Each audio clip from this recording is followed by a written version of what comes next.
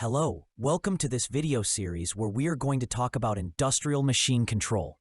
In this video, we are going to talk about operator management in industrial control. What is it about? What is it for? And how it is implemented? So, let's get started. Operator management in industrial control refers to the system of authenticating, authorizing, tracking, and managing the roles and activities of people who interact with the machine. It ensures that, first, only qualified personnel can access or change machine functions.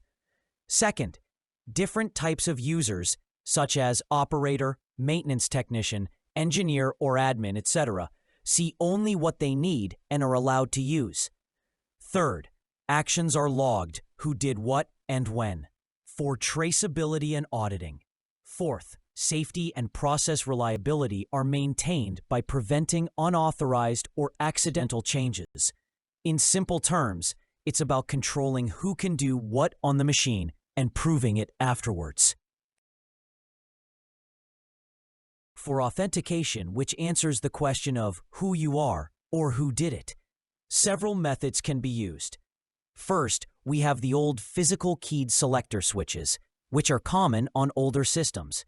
The second possibility is a usual username and password on an HMI login screen.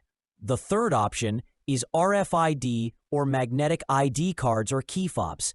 That has become widely used in the last years. And the last method used for operator authentication is biometric scanners for fingerprint or facial recognition. This method is reserved for sensitive processes and machines or high security or regulated industries. The authorization links the roles and the access rights. That is why we talk about role-based access control, or what are you allowed to do depending on your role. Roles are usually structured in a hierarchical manner. Typical roles include: the simple operator role is usually allowed to trigger a start or a stop cycle to acknowledge alarms and to load jobs. The setup technician or setter role, which has the same access right as the operator role and more. That is, loading and changing product recipes and adjusting production parameters. The maintenance or service role has more access rights than the previous one, and even own operation mode on the machine that allows him to run test functions, bypass interlocks, and calibrate sensors. The engineer role allows further access rights, such as change control logic or programs, as well as adjust machine parameters. The administrator or manager role on the machine is allowed to create users, manage access rights, and to view full logs. Each role has access rights linked to HMI screens, PLC functions, or recipe settings.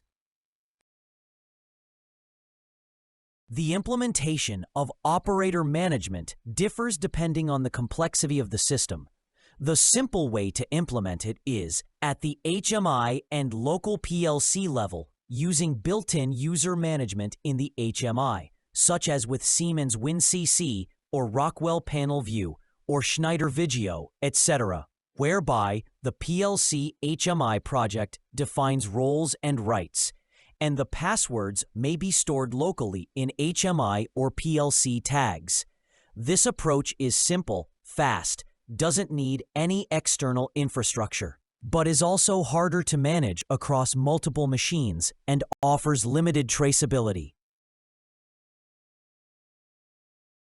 A more sophisticated way to implement operator management is centralized with SCADA or MES integration. In this solution, the operator credentials stored in central database, such SQL or Active Directory or LDAP. This allows consistency of the operator role permissions on all machines. Also, the SCADA or MES log data is easily accessible plant-wide. This approach allows central control, easy user management, and regulatory compliance, but requires more information technology and operational technology integration. Now, it's time for the conclusions from this video. First, operator management is the structured handling of who can access the machine, what they can do, and how every action is tracked. Second, it's implemented via HMIs, PLCs, SCADA, and MES systems, often integrated with IT security, such as Active Directory, badges, or biometrics. And for last, without operator management, production risks errors, safety incidents, and lack of accountability. With all this said, thanks for your time. I hope you enjoyed the video. Please like, leave a comment, and subscribe for more videos like this one.